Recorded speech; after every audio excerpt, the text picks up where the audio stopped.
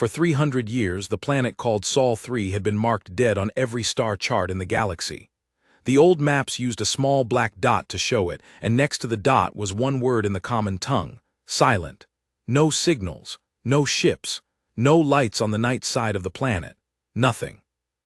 The Corvith Dominion, a large alliance of many alien species, had grown used to seeing that black dot.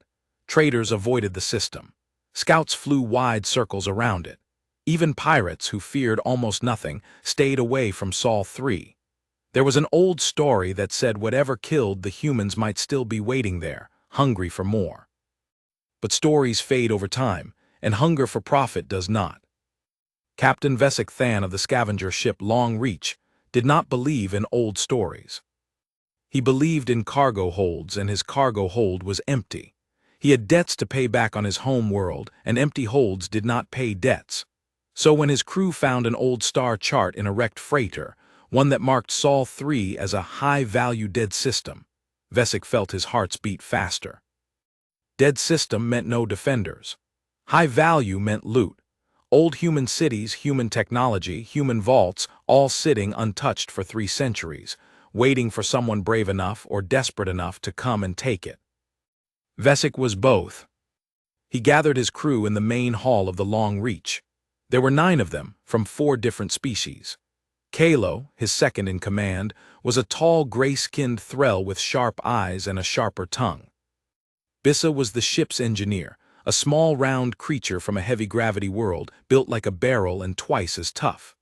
The rest were pilots, gunners, and cargo handlers, all hired for one job and one job only: get in, take what shines, get out. "We are going to Sol 3, Vesic said, and the room went quiet. "The dead world?" Kalo asked. "Captain, that system has been marked silent since before my grandmother was born. Nobody goes there." "That is exactly why we are going," Vesic said. "Nobody goes there. That means nobody has taken anything. 300 years of human treasure just sitting, waiting for us." Bissa shifted uncomfortably. "There were reasons the humans went silent, Captain. Some say plague, some say war with something worse than us. Some say a lot of things," Vesic cut in. "But nobody has proof. No ship has gone close enough in 300 years to bring back proof. We will be the first, and we will be rich." The crew argued for a while, as crews always do, but in the end greed won, as greed usually does. The Long Reach set a course for the old human system, jumping through the dark between stars, moving closer to the black dot on the map with each passing day. Sol 3 hung in space like a blue and green jewel wrapped in gray clouds. From high orbit, it looked almost peaceful, almost alive. "No radio signals," reported Tem, the ship's sensor officer, a thin creature with large ears built for listening. "No power grids lit up, no orbital stations, no satellites responding to hails. It really is quiet down there." "Life signs?" Vesic asked, leaning over the sensor display. Tem checked again, running the scan twice to be sure. "Plants, animals, forests have grown back over most of the old cities, but no large population centers, no cities lit up at night. If there are humans still alive, they are hiding very well or they are all gone." Kalo frowned at the readings. 300 years is a long time for a world to just sit there, Captain. Nature reclaims things fast. This looks less like a dead planet and more like an abandoned one. "Dead, abandoned, does it matter?" Vesic said. "Either way, there is nobody stopping us from taking what we want." He ordered the ship into a lower orbit, scanning for old human structures. And there were many. Broken skyscrapers poking out of green jungle. Half-sunken coastal cities swallowed slowly by rising seas. Massive concrete ruins that must have been factories once, now covered in vines and moss. It was beautiful and sad at the same time, like looking at a great creature's bones. But it was the mountains that caught Tem's attention first. "Captain, look at this," Tem said, pulling up a magnified image on the main screen. It showed a mountain range on the continent the old human maps called North America.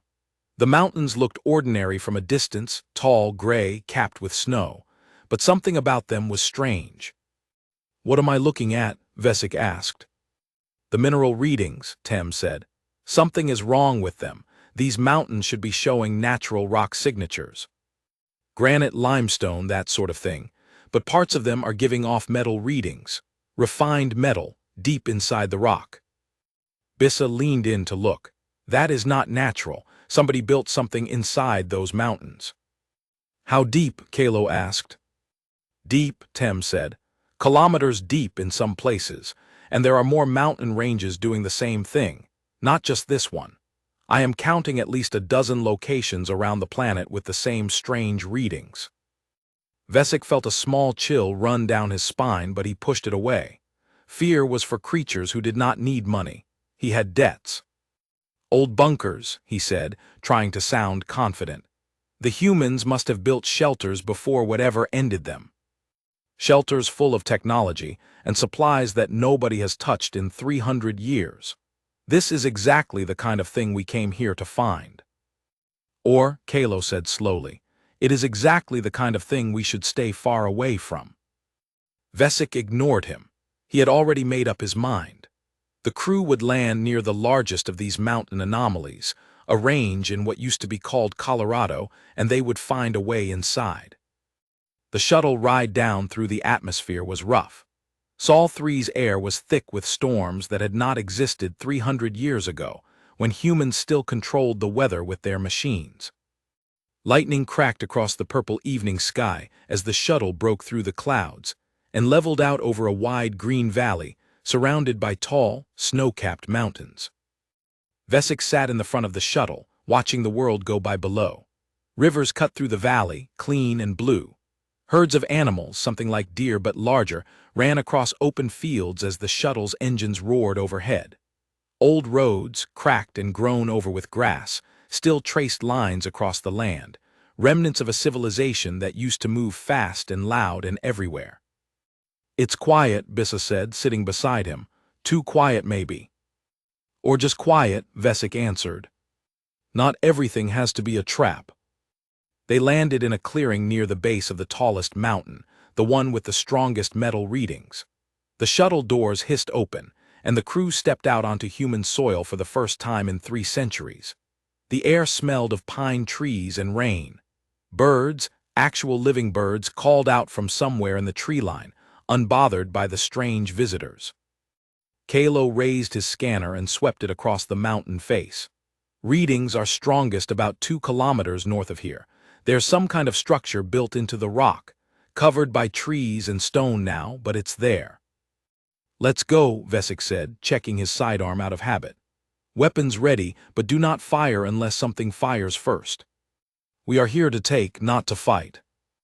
They walked for nearly an hour through thick forest, following Kalo's scanner readings.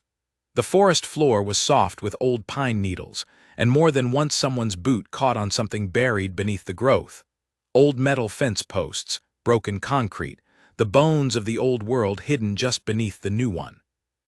Then the trees opened up, and they saw it. A wall, not natural rock, but a wall built into the mountainside itself, so covered in vines and moss that it had almost become part of the mountain. It rose at least 30 meters high and stretched in both directions until it disappeared into the trees. Near the center of the wall was a massive door, round like a great eye sealed shut. That is not old bunker technology, Bissa whispered, running her scanner over the surface. Captain, this material, I do not recognize it. It is not matching anything in our database. Not human tech from before the silence, not anything I have ever scanned. Vesic stared up at the great door, feeling that chill return, stronger this time. Whatever built this wall had not built it 300 years ago and then abandoned it. The metal was clean, unweathered beneath the plant growth. It looked new. Somebody has been maintaining this, Kalo said quietly, echoing the same thought running through everyone's mind. Captain, I do not think this planet is dead at all. Before Vesic could answer, a deep sound rolled out from inside the mountain, a low grinding hum that shook the ground beneath their feet. The great round door was beginning to move. Vesic raised a hand, signaling his crew to stay still and quiet. Every gun came up, pointed at the widening gap in the door. Light spilled out from inside, not firelight, not the dim glow of ancient bunker lamps, but bright, clean, artificial light, the kind that came from advanced technology still very much in use. A figure stepped into the doorway, silhouetted against the light. It was tall, upright, and unmistakably human in shape. The scavengers of the Long Reach stood frozen at the edge of the forest, staring at the first living human anyone in the galaxy had seen in 300 years. The figure lifted something to its mouth, a small device, and spoke, its voice calm and carrying easily across the clearing, amplified by the machine. "You are standing on private property," the human said. "I suggest you leave before my grandmother wakes up. She does not like visitors who don't knock." Nobody on Vesik's crew moved. Nobody breathed. The black dot on the star charts, the one that had said silent for 300 years, had just spoken back. For a long moment, nobody moved. The human stood in the doorway, backlit by warm yellow light from inside the mountain, one hand resting easy on the device he had used to speak. He did not look afraid. He did not look like someone who had been hiding from the galaxy for 300 years. He looked, more than anything, mildly annoyed, the way a person looks when a stray animal wanders onto their lawn. Vesik's hand hovered near his sidearm, but he did not draw it. 9 armed aliens against 1 human should have been an easy fight. And yet something about the calm way the man stood there made Vesik's instincts scream that the numbers did not matter here. "Who are you?" Vesik called out, keeping his voice steady. "This world was marked dead, silent, there should be no one here." The human tilted his head slightly. "Dead? Huh, that's a new one. We usually just get left alone because people are scared of us. Didn't know we'd gone and died too. Somebody should tell my grandmother, she'll be thrilled to hear she's a ghost."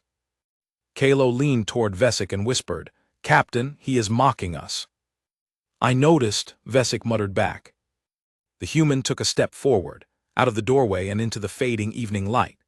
He was not enormous, not the giant of old horror stories some species told their children. He looked, in fact, fairly ordinary, brown hair, tired eyes, dressed in simple work clothes with dirt on the knees, like he had been pulled away from gardening. But there was a quiet confidence in the way he moved, unhurried, unbothered by 9 strangers pointing weapons his way. "Name's Daniel," he said. "You're the first ship we've had drop by in. Well, a long time. Most folks are too scared to come near us. So either you're very brave or very stupid. Which is it?" "We are traders," Vesik said carefully. "We came looking for salvage. We believed this world was uninhabited." "Traders," Daniel repeated, and something like amusement flickered across his face. "Salvage. Right. You came to loot a graveyard, found out the graveyard's got people still living in it, and now you're trying to sound polite about it. I respect the effort, at least." Bissa lowered her scanner slowly, still watching the massive door behind Daniel. Through the gap, she could see more of the space inside, clean corridors, soft lighting, the distant hum of machinery. It did not look like a bunker built for surviving disaster. It looked like a city. "How many of you are there?" Kalo asked, unable to hide his curiosity even through his caution. Daniel shrugged. "Enough, more than you'd guess, less than we used to have. We keep to ourselves mostly. Rebuilt what we could, went underground where it made sense, spread out where it didn't. It's a whole thing, long story." He glanced at the weapons still aimed at him and raised an eyebrow. "You gonna shoot me, or can we talk like reasonable people? Because honestly, shooting me would be a mistake on a scale you probably can't imagine yet." Vesik studied the man for a long moment. Every instinct told him to retreat, to get back to the shuttle, back to the Long Reach, and leave this system as fast as the engines would carry them. But greed, as always, whispered louder than fear. If one human city existed, hidden and untouched, who knew what might be found here? Technology. Resources. Answers to questions the whole galaxy had been asking for 3 centuries. What really happened to humanity, and why had it gone silent? "We mean no harm," Vesik said finally, lowering his own weapon as a show of good faith, though his crew kept theirs raised. "We would like to talk, peacefully." Daniel studied him back just as carefully. Then he smiled, a small, tired smile. "All right, come on in then, but leave the guns pointed at the ground, would you? Makes my grandmother twitchy, and trust me, you do not want to see what happens when she gets twitchy." Inside the mountain, the corridors were wide and smooth, carved from the living rock but lined with materials none of the scavengers recognized. A soft gray metal that seemed to absorb sound, warm lighting embedded directly into the walls with no visible source. Air that smelled clean and faintly of something growing, like distant gardens. "This is not bunker technology," Bissa whispered to Kalo as they walked. "This is generations ahead of what we last recorded from humans before the silence. Look at the power conduits in the walls. I cannot even identify the energy source." Kalo nodded grimly, saying nothing, his eyes constantly moving, cataloging everything he saw. Daniel led them deeper into the mountain, past side corridors where other humans could occasionally be glimpsed, going about ordinary tasks, carrying supplies, talking quietly among themselves.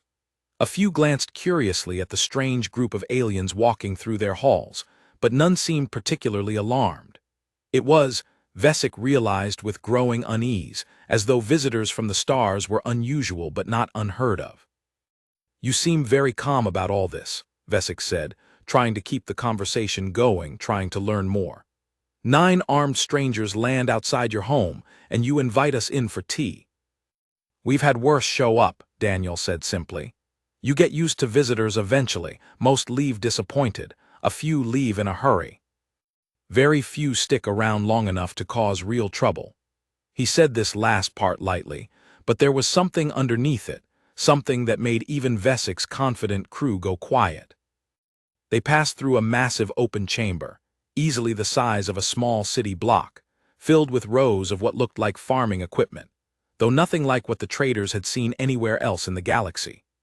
Green plants grew under artificial suns embedded in the high ceiling, tended by both humans and strange, gentle machines that moved along tracks in the floor, watering and pruning with careful, precise motions. "You grow food in here?" Tem asked, unable to hide his amazement. "Have to," Daniel said. "Surface farming works fine most of the year, but we like having backups. Learned that lesson the hard way, a long time ago." "What happened?" Kalo asked quietly. 300 years ago, what made the whole galaxy believe you were dead?" Daniel's easy expression faded slightly, replaced by something older, heavier. He kept walking for a moment before answering. "That's a long story," he said, "and it's not really mine to tell to strangers I met an hour ago. Ask my grandmother. If she likes you, she might tell you. If she doesn't like you." He trailed off, shrugging again. "Well, let's just hope she likes you." They reached a large set of doors at the end of the corridor, doors that slid open silently as they approached, revealing a spacious room that looked almost like an office, filled with old furniture, shelves of physical books, actual paper books, a rarity anywhere in the galaxy, and a large window that Vesic realized after a moment was not a window at all, but a screen showing a live view of the mountainside outside, the sun now fully set, stars beginning to appear in the darkening sky. Sitting behind a wide wooden desk was an old woman. She did not look dangerous. She looked, if anything, entirely unremarkable, white hair pulled back neatly, wrinkled hands folded on the desk in front of her, reading glasses perched on her nose as she looked up from a physical book to study the group of aliens now standing in her doorway. But her eyes were sharp, missing nothing, moving across each member of the crew with careful, unhurried attention. "Well," she said, closing her book. "Daniel, you didn't tell me we were having guests. I would have made more tea." "Sorry, Grandma," Daniel said, and Vesic was startled to hear real warmth in his voice, the casual affection of family, so ordinary it felt strange in this alien place. "They showed up outside the north gate, scavengers. Came looking for loot, found us instead." The old woman's gaze settled on Vesic, and he felt himself standing straighter under it, unable to help himself. "Is that so?" she said. "Well, you've certainly picked an interesting week to go looking for treasure, young man. What's your name?"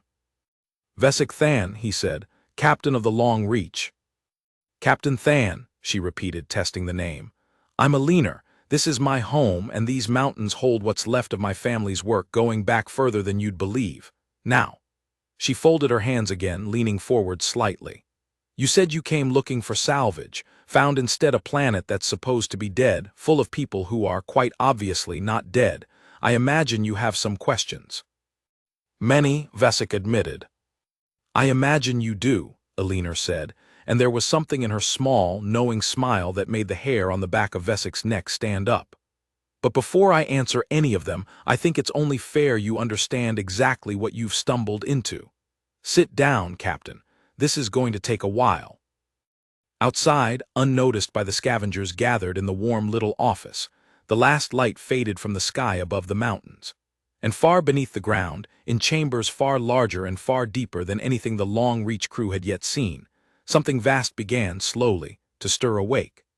Alina poured tea from an old metal pot, the steam curling up into the warm light of the office, while Vesic and his crew sat awkwardly on chairs and benches gathered around her desk. It was such an ordinary scene, an old woman serving tea to guests, that it felt completely wrong given everything else about this place. 312 years ago, Alina began, humanity made contact with a species called the V-Hortak. Do any of you know that name? Kalo's ears twitched, a sign of recognition among his kind. The V-Hortak Empire, they were destroyed, wiped out almost entirely sometime around 3 centuries ago. Every school in the galaxy still teaches about it, though nobody agrees on what actually happened. Some say a plague, some say a war between their own colonies. Alina's smile was thin and did not reach her eyes. Nobody agrees because nobody survived to tell them the truth except us, and we don't advertise it. The room went very quiet. The V-Hortak found Earth first, she continued.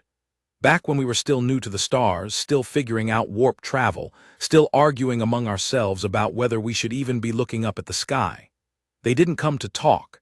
They came because our solar system sat on a resource route they wanted, and humans in their eyes were simply in the way, pests to be cleared out. They attacked you, Vesic said quietly. They tried, Alina said. Humanity has always had a strange relationship with being underestimated, Captain. We're not the strongest species in the galaxy. We're not the fastest or the smartest, not on paper anyway. But we've always been very, very good at surviving. It's practically our specialty. Millions of years of evolution on a planet that was constantly trying to kill us taught us how to adapt fast, and how to fight back harder than anyone expects. She sipped her tea, letting the silence stretch, letting the weight of her words settle over the room. The war lasted 11 years, she said. 11 years of orbital bombardments, ground invasions, and battles fought over every inch of this solar system. We lost cities. We lost millions of people. It was the worst thing that has ever happened to our species, worse than any war we'd fought among ourselves. And somewhere in the middle of it, our governments, the ones still standing, made a decision. If the rest of the galaxy believed the old stories about monsters hiding on Earth, if they were too afraid to come close, then we would give them a reason to stay afraid. We would disappear. You faked your own extinction, Bissa said, her small round eyes wide with disbelief. We ended the war, Alina corrected gently. Quietly and permanently in ways I won't go into detail about tonight. And then we went dark. Every signal, every satellite, every broadcast shut down all at once.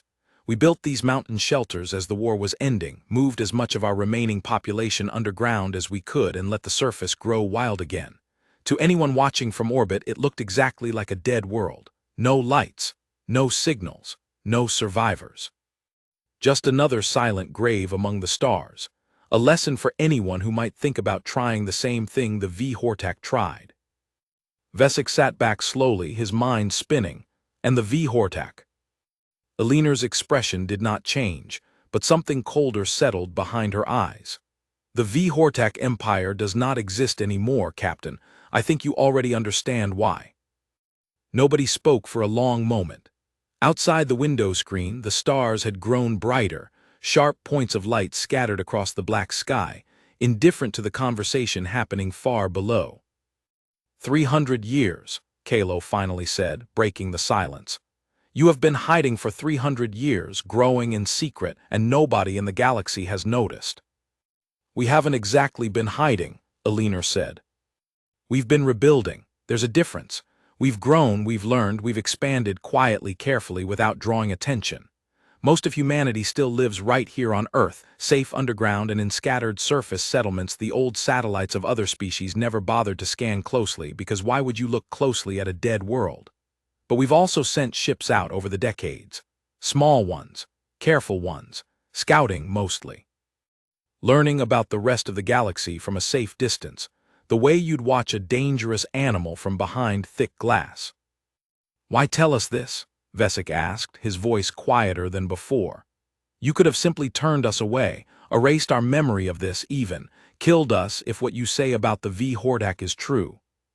Instead you are sitting here, drinking tea, explaining 300 years of secrets to strangers who came here to rob you. Elinor set down her teacup and looked at him directly, and for the first time, Vesic saw something tired in her eyes, something almost sad beneath the sharpness. Because we're tired, Captain, she said simply. Tired of hiding. Tired of watching our children and grandchildren grow up underground, dreaming about a sky they're told is dangerous to walk under during the day, just in case a passing ship happens to see them. We built this secret to survive a war. But a secret like this has a cost too, and after 300 years, that cost has gotten very high. She stood, walking slowly to the window screen, looking out at the false view of the mountains and stars. You are not the first ship to find us in recent years, she continued. You are, however, the first crew who chose to talk instead of running or fighting. That tells me something about you. Maybe you're simply greedy enough to be curious, or maybe you're smart enough to recognize an opportunity when you stumble into one. Vesic felt a chill that had nothing to do with fear this time, and everything to do with the sudden realization that his greedy little scavenging trip had somehow become something enormous. What kind of opportunity? Elinor turned back to face him, and there was a new sharpness in her expression, the look of someone who had been planning something for a very long time, waiting for the right moment, the right visitors, to set it in motion. Humanity is done hiding, Captain Than, she said. We have been quietly preparing for this moment for decades, building, growing, learning everything we could about the galaxy beyond our borders. We are not the frightened, wounded species that went dark 300 years ago, but reappearing is a delicate thing. Do it wrong, and every species out there who remembers the old stories about the V Hordak will either panic and attack us out of fear, or see us as a threat to be eliminated before we grow stronger. Do it right, and we can walk back onto the galactic stage as something the rest of you have never truly seen before.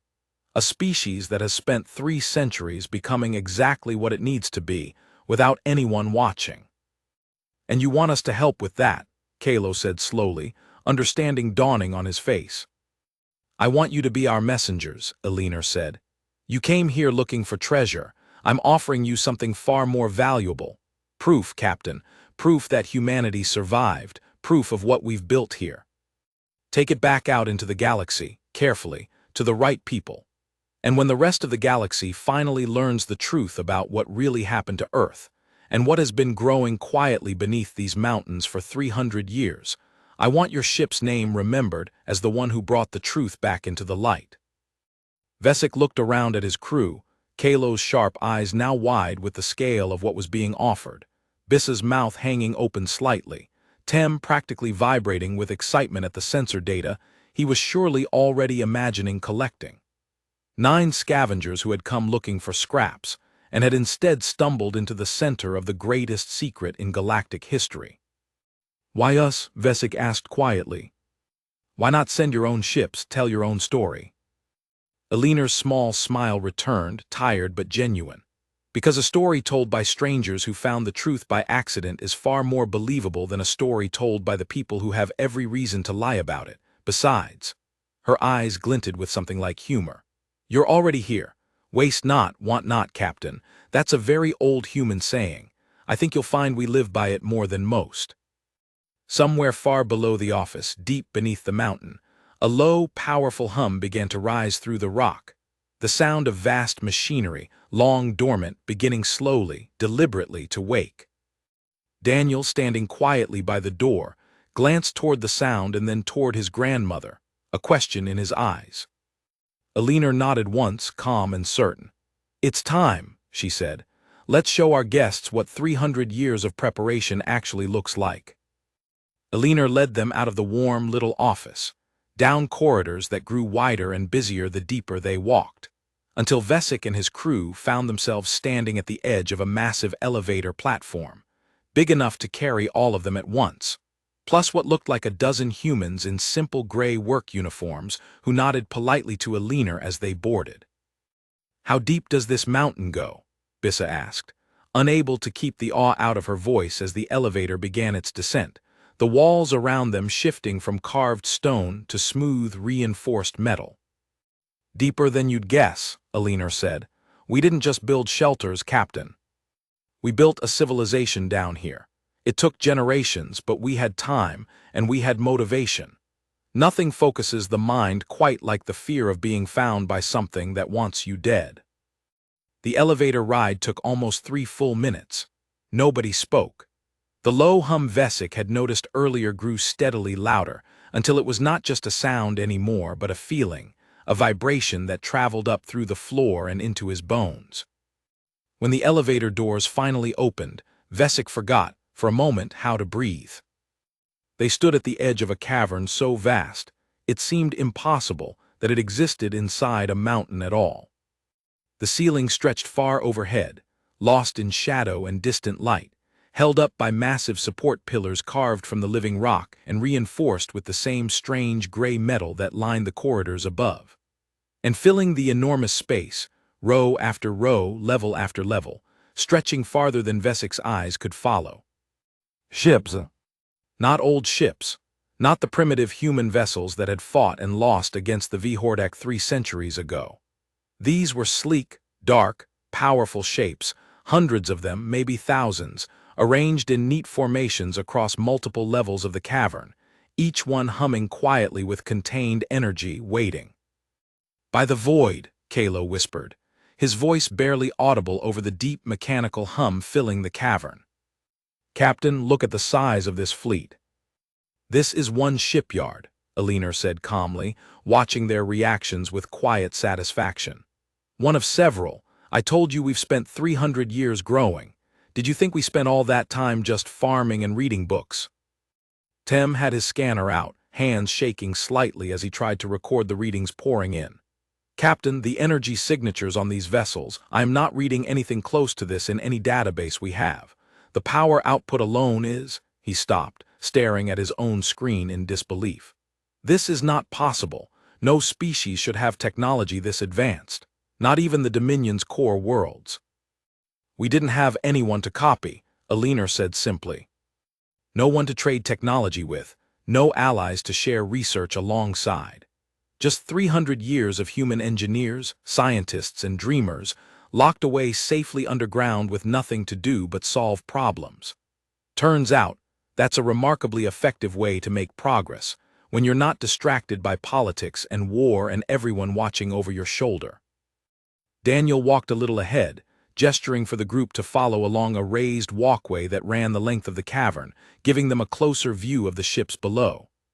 "That model there," he said, pointing to a sleek, arrow-shaped vessel near the front of the nearest formation, "is what we call a Sentinel class. Fast, well-armed, built for scouting and quick strikes. We've got a few thousand of those spread across different bases. The bigger ones further back." He gestured toward the shadowed depths of the cavern, where truly massive shapes could be seen, dwarfing everything around them. "Those are for when scouting isn't enough anymore." Vesic felt something twist uncomfortably in his stomach, a mixture of awe and genuine fear. "How many bases like this do you have?" Elinor's expression gave nothing away. "Enough, Captain. That's really all you need to know for now." They continued along the walkway in silence for a while, the crew of the Long Reach absorbing the sheer, overwhelming scale of what they were seeing. This was not a hidden colony scraping by on the edge of survival. This was not a wounded species licking its wounds in the dark. This was a power, fully formed and quietly waiting, that could reshape the balance of the entire galaxy the moment it chose to step back into the light. "Why show us all this?" Kalo finally asked, his voice tight. "This is not the kind of secret you show to strangers you met an hour ago. This is the kind of secret that gets people killed to protect. Eleanor stopped walking and turned to face them, her expression serious now, all traces of her earlier warmth carefully set aside. Because I need you to understand exactly what you're carrying back out into the galaxy, Captain Than. I'm not asking you to spread a rumor. I'm asking you to deliver a warning, wrapped inside an offer. Humanity is not going to stay hidden much longer. We are done waiting in the dark. But how we return to the galaxy, quietly, as partners, or loudly, as a threat nobody saw coming, depends a great deal on what happens in the next several months. And that depends in part on you. You want peace, Bissa said slowly, working through the logic. You could crush most of the Dominion's border fleets with what I am seeing in this cavern alone, and yet you are choosing diplomacy instead. We remember what war costs, Eleanor said, and for a moment the weight of 3 centuries seemed to settle heavily across her shoulders. We remember it better than almost anyone alive today, because we are the only species who has fought a war against an empire and erased that empire from history to survive it. I don't want that for our future. I don't want that for anyone's future if it can be avoided. But I also won't pretend we aren't ready if avoiding it turns out to be impossible. A low chime echoed through the cavern and Daniel glanced at a device on his wrist, his expression shifting slightly. "Grandma, we've got a situation," he said quietly. "Orbital sensors just picked up 2 more ships entering the system, unregistered, approaching fast." Eleanor's calm expression sharpened instantly into something far more focused, far more dangerous. "Whose ships?" Daniel checked his device again. "Signature matches Dominion military design, not scavengers this time, Grandma, warships." The color drained from Vesik's face. He turned sharply to Eleanor. "We did not call for backup. I swear to you we came here alone looking for salvage. We had no idea." "I believe you," Eleanor said, cutting him off, though her eyes had already turned toward the far end of the cavern, toward the massive shapes waiting quietly in the shadows. "But it doesn't much matter how they found their way here, Captain. What matters is what happens in the next few minutes." She turned to Daniel. "Wake the Sentinel wing, quietly for now. I want eyes on those ships the moment they clear the outer system, but nobody fires first, not unless they force our hand."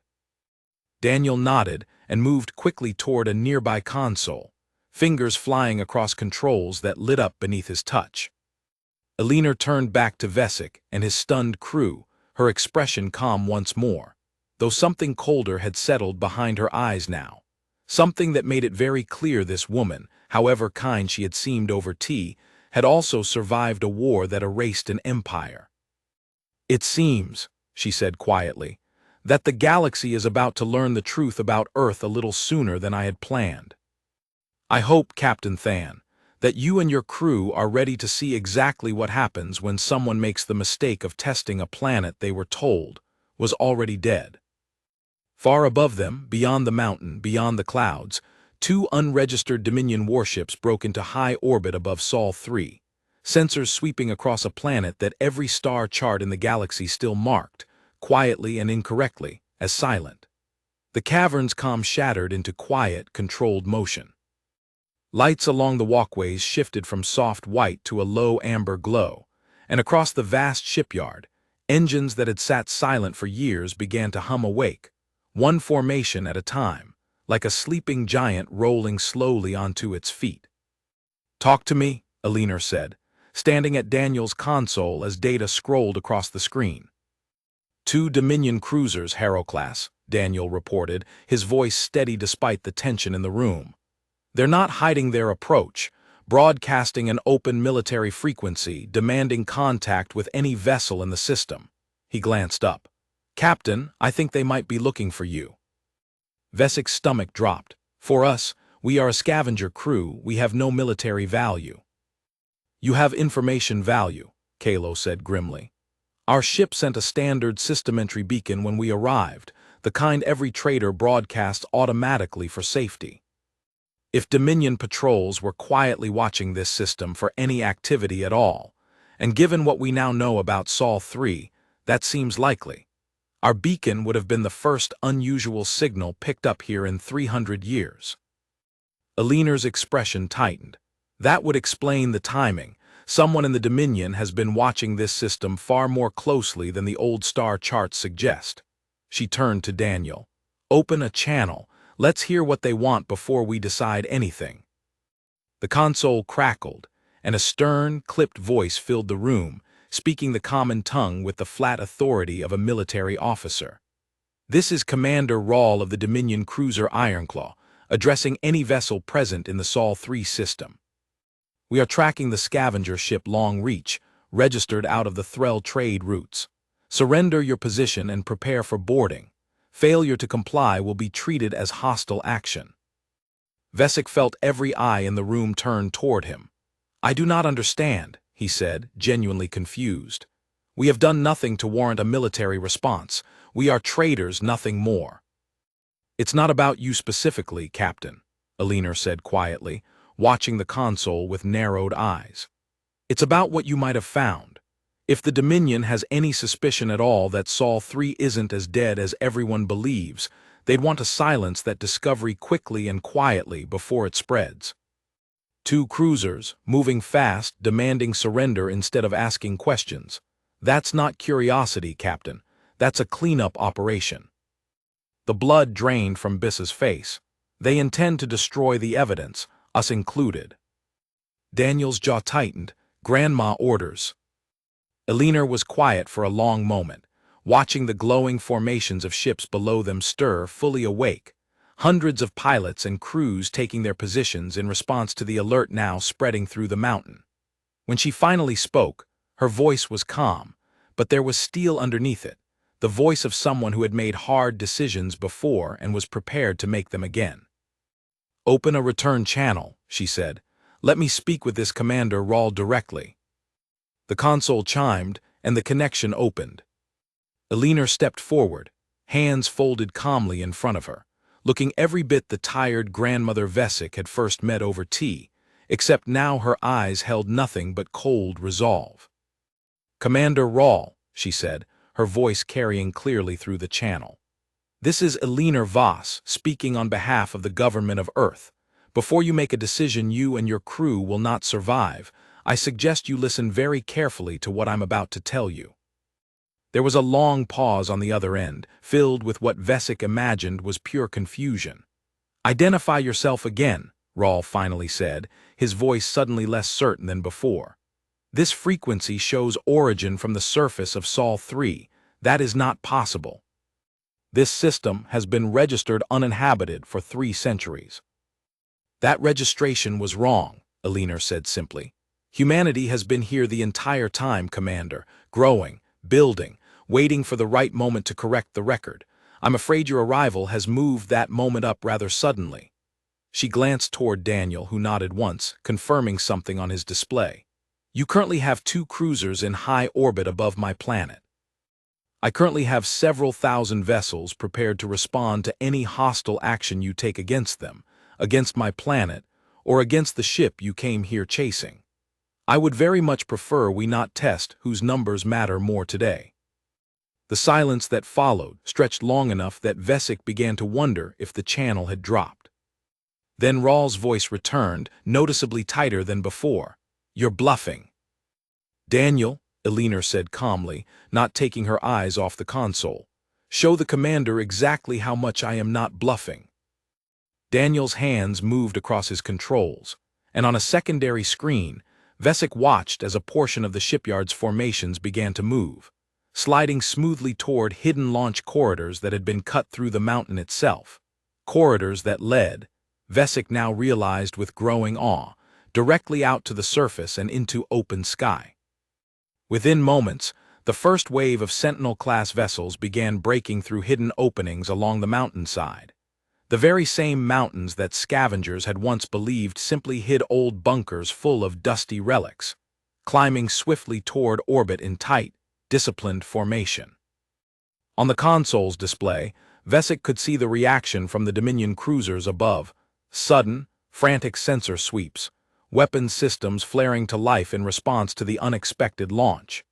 And then, just as quickly, hesitation, as the sheer number and speed of the responding fleet became clear.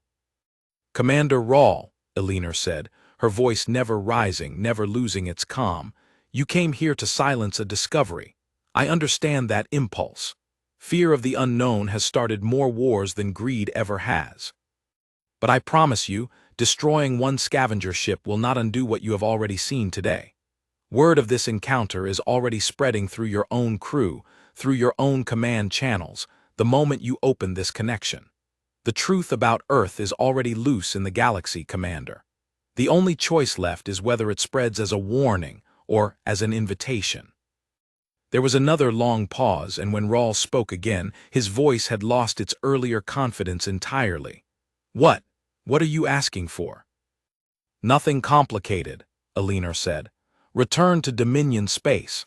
Report exactly what you saw here today truthfully to your superiors. Tell them Earth is alive, that we are not a threat-seeking conquest, and that we would very much prefer to introduce ourselves to the galaxy as neighbors rather than as a problem to be solved with warships. We have spent 300 years becoming something the galaxy has never seen before, Commander. We would like the chance to show you what that means, on our own terms, without more bloodshed on either side. The silence stretched again, but this time it felt different, not hostile, but thoughtful, weighing consequences neither side particularly wanted to face. Finally, Rawls' voice returned, quieter, almost reluctant. I will relay your message, exactly as given. The Ironclaw and Vigil are withdrawing from the system. A pause, for what it's worth. I hope your intentions are as peaceful as you claim, Ms. Voss. Because if they aren't, I don't think anyone out here stands much of a chance. They are, Elinor said simply. Safe travels, Commander. The channel closed. On the display, the two Dominion cruisers began a slow, careful retreat from orbit, watched closely by the still-assembled formation of human sentinel vessels, until they finally jumped away from the system entirely, vanishing into the safety of open space. The cavern let out a collective breath, tension draining from the room as the immediate danger passed. Elinor closed her eyes for a moment, looking, for the first time since Vesic had met her, genuinely tired. Well, she said finally, turning back toward Vesic and his stunned crew. That was rather earlier than I had planned, but I suppose the galaxy needed to know eventually. She managed a small, weary smile. Congratulations, Captain Than. You have just witnessed the beginning of Earth's return to galactic society.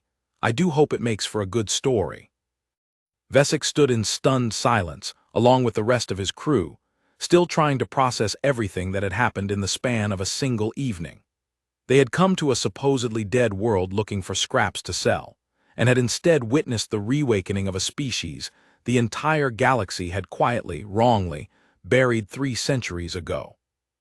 What happens now? Kalo finally asked, voice still unsteady. Now, Elinor said, you fly back out into the galaxy and tell people exactly what you saw, all of it. The mountains, the fleet, the conversation with Commander Rawl. Let the story spread on its own terms, carried by strangers who found the truth honestly, rather than a formal announcement that would only breed suspicion. She looked toward the distant shapes of her fleet, still visible through the cavern's massive launch corridors, silhouetted now against a night sky full of stars. Humanity spent 300 years in the dark, Captain Than. It's time we let the galaxy see exactly what grew there, while everyone assumed we were gone. Outside, high above the mountain, the newly launched Sentinel ships held their formation a while longer, catching the last light of a moon rising over a planet the galaxy had long ago written off as silent, as empty, as dead. They were wrong, and soon everyone would know it. As the Long Reach finally lifted off from the valley floor days later, its cargo hold empty of loot, but its data drives full of a story worth more than any treasure Vesic had ever imagined finding.